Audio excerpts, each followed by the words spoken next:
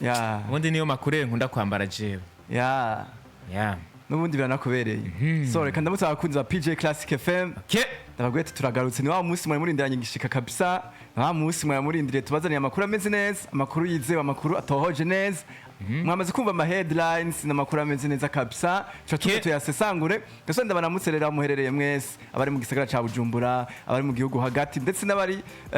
mu bihugu hanze ubona ko badukurikirana baciye kuri Facebook live baciye kuri YouTube live muradutunga kuri Facebook wandika PJ Classic FM 97.3 MHz kuma watuzanye kabisa nayo kuri YouTube wandika PJ Classic Media aho batuzanye kabisa tubana natwe hama tukabana neza tuba amakuru namwe mukaryoherwa kabisa kare ndababwira ati karibu cyane karibu mubandanye kuri 97.3 agashinga nimukure ko kabisa mugire ama partage menshi kuri Facebook kugira mu usangiza abandi umunezero ibintu bigende neza kabisa the sound of happiness ni radio umunezero turaje tuha amakuru menshi meza cyane muri uyu mwanya muto tugiye kubana namwe igihe cy'isaha imwe gusa kabisa yes igihe cy'isaha imwe gusa tugiye kumarana ubona yuko ku isaha ya kabiri duce twinjira muri Fungus time hariya na Ivan canke Arise and Shine Burundi ubona yuko aza kuba ari ibintu bimeze neza cyane Mr. Calvin niriwe ndateba gato ibona yuko cyatubandanya n'amakuru twabateguriye Satbi satura mabaf yuko no saba hariya musaza hariya azadushire mu ifoto hariya ya Sadbona ko bari ibintu bimeze neza cyane Aturondera ifoto ya Sadba idutereke ko kuri Facebook ma screen yanyu muyibone kabisa ibintu bibandanye bigenda neza tuba amakuru yiwe makuru ameze neza Sadbi hajya Sadbi burya tumuzeye ko byinshi ni the king nkuko yabivuze ni king ni the king ya musore kabisa batara umupapa ibintu ndiko ndabona n'ibintu bimeze neza cyane hariya yahumaganye ku mbuga zo za YouTube wacu wambaye kabisa ariko nivyo gushima nimwe twame turavuga umuziki wacu uriko uratera imbere cyane ntawo bideha kabisa ugiye kubiraba ukaraba ibiharuro birakureka ko umuziki araho uri kurava uri kuraja ibintu bimeze neza ibintu biri good ibintu biri fine ibintu n'amavuta ibintu biko biraza neza cyane reka renda kubwira yuko Satbi Naiko yakoze ikiganiro rafwa pase vuga ati muririmbyi Big Fizzo naho nakuze ndamwipima ko tibujya numuririmbyi ntegerezwa kuba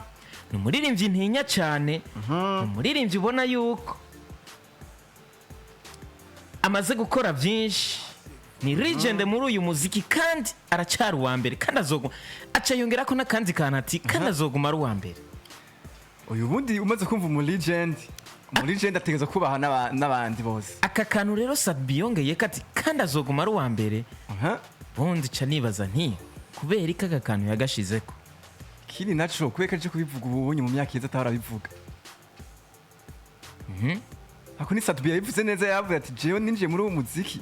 sanga Big Fizzo ari king sanga ari kuri hit kana amaze imyaka atari mike ntaco buza ubu ndamubwira ko ari king ari mukuru wanje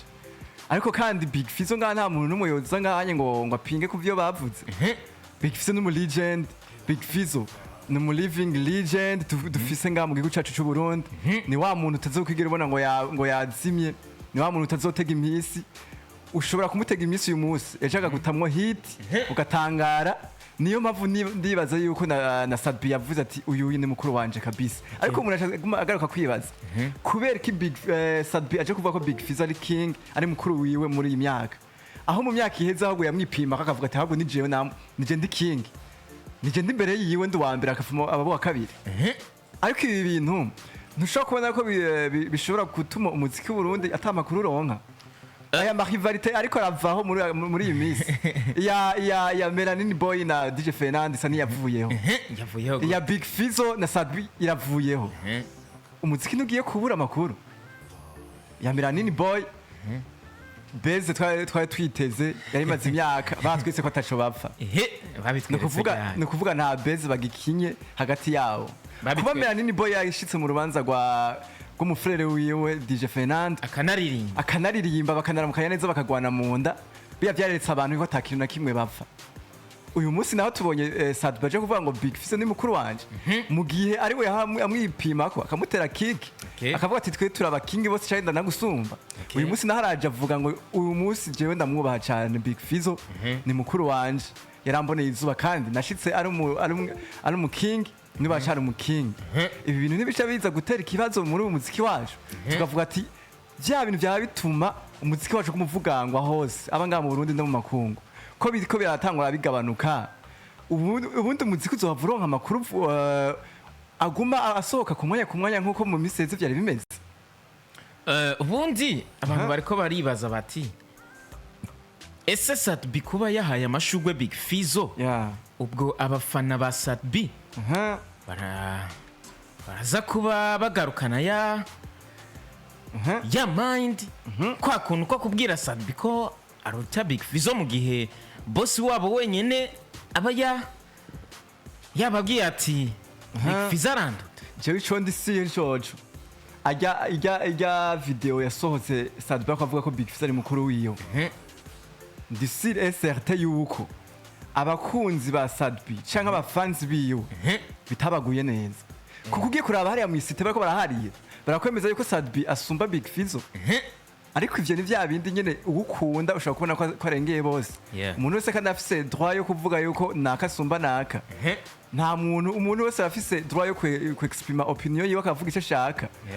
Naho yoba beshe mugara akavuga ati je ndamukunda kuba ndamukunda aransumbira naka. Ivyo barabifitiye uburenganzira bose. Ariko uyu munsi tuvugana baba fans ba Sad B bazoza basubira bavuga yuko Sad B ariwe king w'umuziki w'u Burundi mu gihe n'uwo bita king nyene yiyemereye yuko afise mukuru wiwe bizoca bigenda gute? Ni bimwe nako ndakubwira ati ibi bintu irevre ni vyiza respect ni nziza ariko kandi ndabigira hagira sinovyita kuburira indero mukuru wiwe ni mu gakino uri muri entertainment uragerageza kuryosha ibintu hama tukaguma twintertaininga bukebuke. Kuba uyu munsi rero aje akemera yuko umwe twaba twibaza yuko bahanganye bigasa naho yoba amanitse amaboko bamwe n'abandi bagatanga bavuga ati ibi bintu nivyo bikwiye kuvugwa na King Sad B cyofuma bivuga aba promoters bikavugwa n'abandi kuba ari we aje akavyivugira hari ikintu menga bigiye kwica muri uwo muziki ya rivalite twama tuvuga ntizosubiraho kwa tuzoba tuzi yuko uwa mbere ni Big Fizzo agasubira Sad B. Hapana vya byo kuvuga ngo mbega King Big Fizzo na King Satura ninde yoje imbere y'uwundi. Ivyo bigiye guhagarara kubera iki ko yamaze kwiyemerera aduje amaboko holeme niko doyita ubundi yavyemereye holeme yadugije amaboko avuga ati jewe nubwo nitwa King Sad B ndafise undi mukinga asumba Big Fizzo ni mukuru wanje. Yes nuko ariya Sad B yamanitse kabisa ariko reka nakubwire yuko ni na Sad B ubona yuko yavuze ati jewe kuba naripimye kuri Big Fizzo kandi nivyo byangize King nivyo byangize Sad B nivyo byatumye nduga cyane kubera narabona yuko ansumba byasaba rero yuko igiti cyumye cegamira kibisi. Ubundi hari ibintu bibiri bituma umu artist wese atera imbere. Hariho inzira ya mbere yo gukorana ishaka akinvestisa akamenya ivyo arimwo neza ibintu byo bikaja ku murongo. Hariho n'indi nzira igira kabiri y'ikintu cyo guhangana n'uwundi ari kuri hit.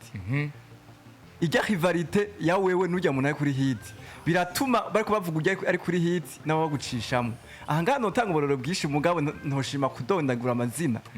Hari ivyo bagiye muri base ugasanga umwe hakintu asumbije uwundi umwe asumbwa n'uwundi ugasanga ko amudugira ko bukebuke bavuze naka kwa bavuze na naka ugasanga ko vyungukiramo ugasanga muri ico gihe nyene baciye basohora umuziki. Ni kuvuga basohorera rimwe ari babiri bariko bavuga indirimbo ya kanaka impaka bacavuga n'umwe w'umurivale wiwe bakavuga ati mbega indirimbo ya naka n'indirimbo ya naka ni yahiryoshe ni iri kuri hit ugasanga naho bahari imwe itanaryoshe iyo yindi iri kwidugira kuri power iyo yindi ryoshe. Niyo mpamvu ibintu vya rivalite canke ivyo guhangana sometimes ni vyiza mu muziki. Yes, nuko bimeze hariya kuri Sadbi na Big Fizzo ubona yuko guhangana kwabo abantu bariko baravuga bati kumbure vyahagaze reka rero turabe baduha umuziki baduha umuziki umeze neza maze turyoherwe tujye show tujye vibe ibintu bigende neza abandi bavuze ati ubwo nibo bagira bakorane collab iyo tutangwa tubona abaririmbyi batangwa babwirana utujambo twiza bemerana kenshi birakunda gukurikirana n'igikorwa bagira basohore ariko twitege yuko Big Fizzo nawe ashobora kuvuga ati nanjye Sadbi ndamwemera akavuga ngo nawe ni mukuru wanje bon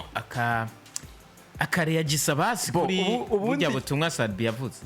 yoshobora guheyagisa ariko ubundi ugiye gushira mu bwenge gushira mu logique ibintu Sadbi yavuze birafise isiguro umuntu yagutanguriye yagutanguriye uyu munsi jewe drizina gusanze ngaha kuri micro sishobora kuza nka nkigagaza ngo je ngo ndagusumba wewe aho ikintu wamusumba imisi yose ndashobora gukora cyane kumbura ugasanga ndiko ndakora neza abantu bose bakabishima mugabo ya experience wowe usumvya hazokwama hibonekeza kantu usumvya ni nka bigere Sadbi yavuze yasanzeho Big Fizzo mu kibuga kandi amusanga yifatiye bien akarere yari yamaze kugafata neza imiziki yavuzwe ya Big Fizzo hariho hose nga mu Burundi kuba rero ako kantu yamutanze gufata umuji akamutanga gufata hit Sadbi rero yarakoze neza Sadbi nuba kuri hit ariko nibisha bituma tuvuga yuko Sadbi arenze Big Fizzo mugenda nawe tutaramubura aracari mu kibuga mbage niba abandi badashobora kugenda ngo bagiye mazima yongo uyu munsi uramubura ejo aratera hit abifashijwe na rya zina giyewe akagaruka ari mushasha